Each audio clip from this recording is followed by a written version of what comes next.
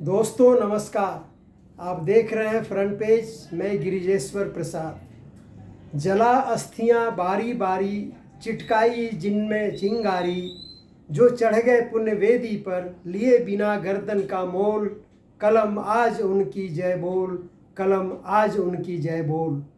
हूल दिवस के अवसर पर सिद्धो कान्हो, चांद और भैरव और उनके साथियों की शहादत को याद करते वक्त राष्ट्रकवि दिनकर की ये पंक्तियां बरबसी जुबान पर चली आई। संथाल हूल के विद्रोहियों की जय और हूल जोहार। भारत में अंग्रेजी शासन के खिलाफ विद्रोह और कुर्बानियों की गौरवमयी गाथाएं हैं। जब आप गूगल पर भारत में अंग्रेजों के खिलाफ पहला विद्रोह टाइप करते हैं, तब गूगल 1857 के सिपाही विद्रोह को पहला विद्रोह बताता है। इतिहास में भी 1857 के सिपाही विद्रोह को अंग्रेजों के खिलाफ पहला विद्रोह बताया गया है। मंगल पांडे को इस विद्रोह का नायक बनाकर पेश किया जाता रहा है, लेकिन तथ्य यह है कि अंग्रेजी शासन के खिलाफ सबसे पहला विद्रोह झारखंड के आदिवासियों ने किया था। वे आदिवासी ही थे जिन्होंने अंग्रेजों और उनके दलाल जमींदारों और महाजनों के खिलाफ हथियार उठाया था। यह आदिवासियों का ही साहस था जिसने अंग्रेजों की शासन व्यवस्था के खिलाफ विद्रोह का बिगुल फूंका था।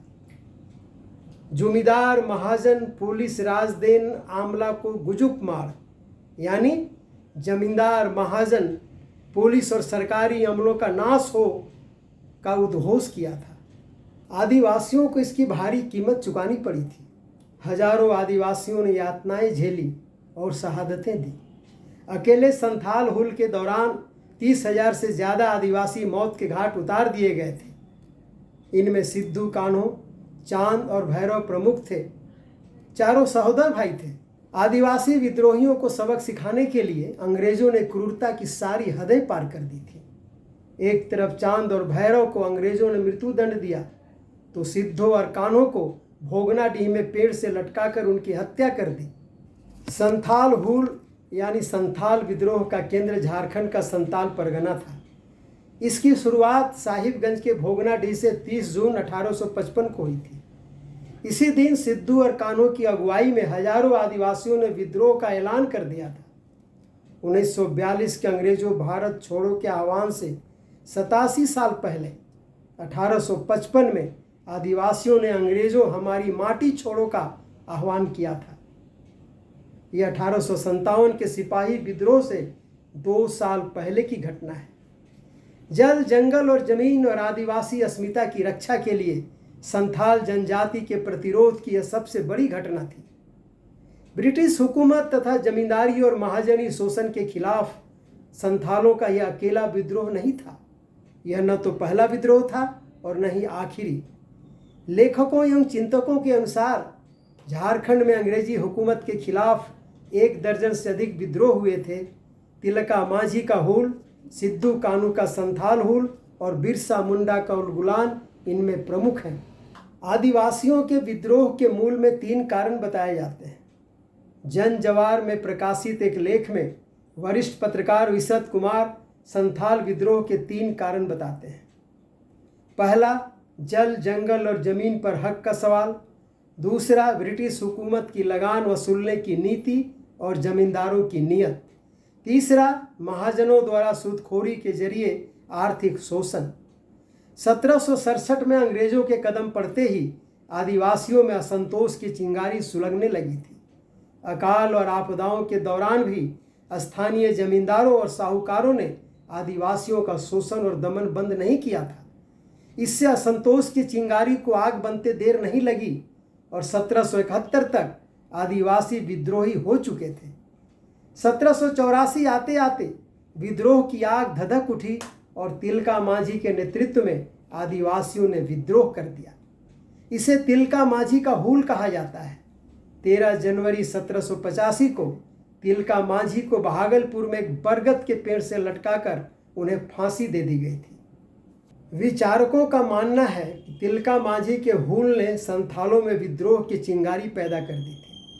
1855 के सिद्धू कान्हो के हुल को इसी कड़ी से जोड़कर देखा जाता है। तिलका मांझी के विद्रोह से पहले 1769 में अंग्रेजी हुकूमत के खिलाफ चुआड़ विद्रोह हुआ था। इसकी शुरुआत सरायकेला खरसावां से रघुनाथ महतो के नेतृत्व में हुई थी।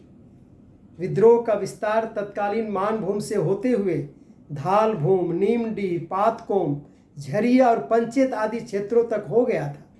5 अप्रैल 1778 को रघुनाथ महतो अंग्रेजों के हाथों मारे गए थे। इससे लगता है तिलका माझी का भूल और रघुनाथ माझी का चुआड़ विद्रोह लगभग एक ही समय और काल में घटित हो रहा था, लेकिन स्थान अलग अलग थे। 1769 के चुआड़ विद्रोह से शुरू हुआ विद्रोह 1917-18 तक चला। आदिवासी इलाकों के विभिन्न स्थानों पर कई छोटे बड़े विद्रोह इतिहास के पन्नों में दर्ज हैं। इनमें से बिरसा मुंडा का उलगुलान प्रमुख है। बिरसा मुंडा ने 1890 के आसपास अंग्रेजी शासन के खिलाफ उलगुलान का ऐलान कर दिया था। इसका मुख्य केंद्र खूंटी, तमाड़, सरवाड़ा और बंदगांव में था। बिरसा मुंडा को भगवान बिरसा भी कहा जाता है। सन 2000 में उनके जन्मदिन 15 नवंबर को झारखंड राज्य की स्थापना की गई थी।